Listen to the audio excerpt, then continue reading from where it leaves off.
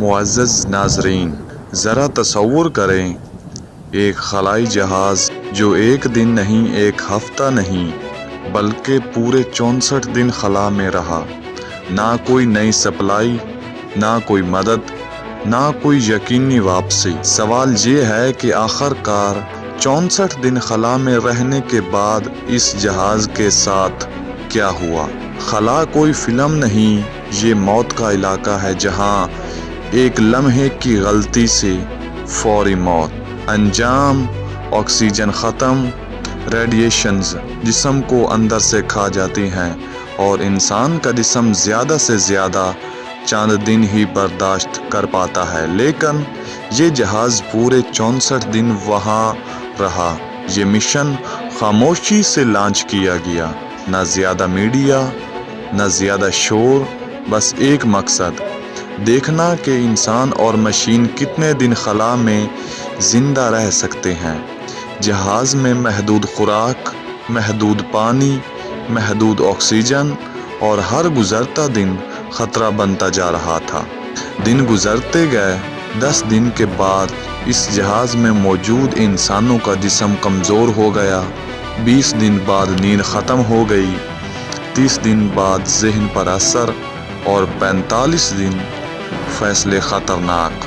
اور جب دن 64 آیا تو زمین پر محدود کنٹرول روم سانس روکے بیٹھا تھا، کیونکہ یہ وہ حد تھی جہاں انسان مکمل طور پر ٹوٹ چکا تھا۔ خلائی جہاز کے اندر دیواروں سے آوازیں، سسٹمز میں خرابی، درجہ حرارت غیر متوازن۔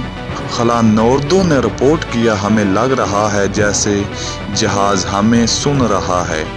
یہ وہ لمحہ تھا جب سائنس اور خوف ایک دوسرے کے آمنے سامنے آ گئے تھے۔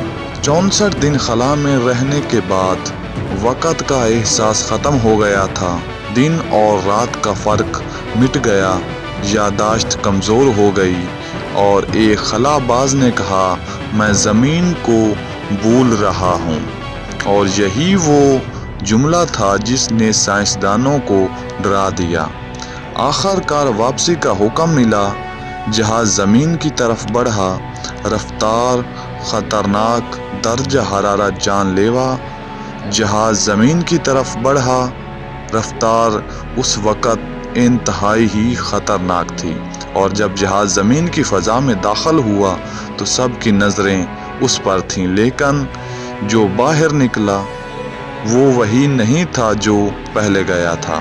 64 دن خلا میں رہنے کے بعد جسمانی طاقت ختم ہو چکی تھی، ریسرچرز کی ہڈیاں کمزور ہو چکی تھیں، دل کی دھڑکن غیر معمولی، لیکن سب سے خطرناک بات ذہنی تبدیلی۔ خلا باز خاموش تھے، نظریں خالی، جیسے کچھ پیچھے وہیں چھوڑ آئے ہوں۔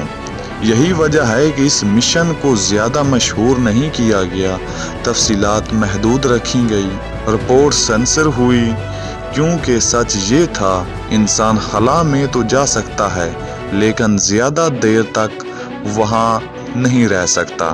اب سوال آپ سے ہے، اگر انسان 64 دن خلا میں رہ کر اس حال میں واپس آتا ہے تو کیا ہم واقعی دوسری دنیا میں بچ سکتے ہیں، یا خلا ہمیشہ انسان کی حد رہے گا؟ کومنٹس میں ضرور بتائیے گا۔ اور اگر آپ چاہتے ہیں کہ ایسی ہی الٹرا لیجنڈ خلائی کہانیاں آپ تک بر وقت پہنچتی رہیں تو چینل کو ابھی سبسکرائب کر دیں، اور ویڈیو پسند آئی ہو تو اسے لائک کریں، اور کومنٹ میں ضرور بتائیے گا کہ اگلی ویڈیو آپ کس موضوع پر دیکھنا پسند کریں گے۔ تو انشاءاللہ ملتے ہیں کسی اور نئی ویڈیو میں، تب تک کے لیے اللہ حافظ۔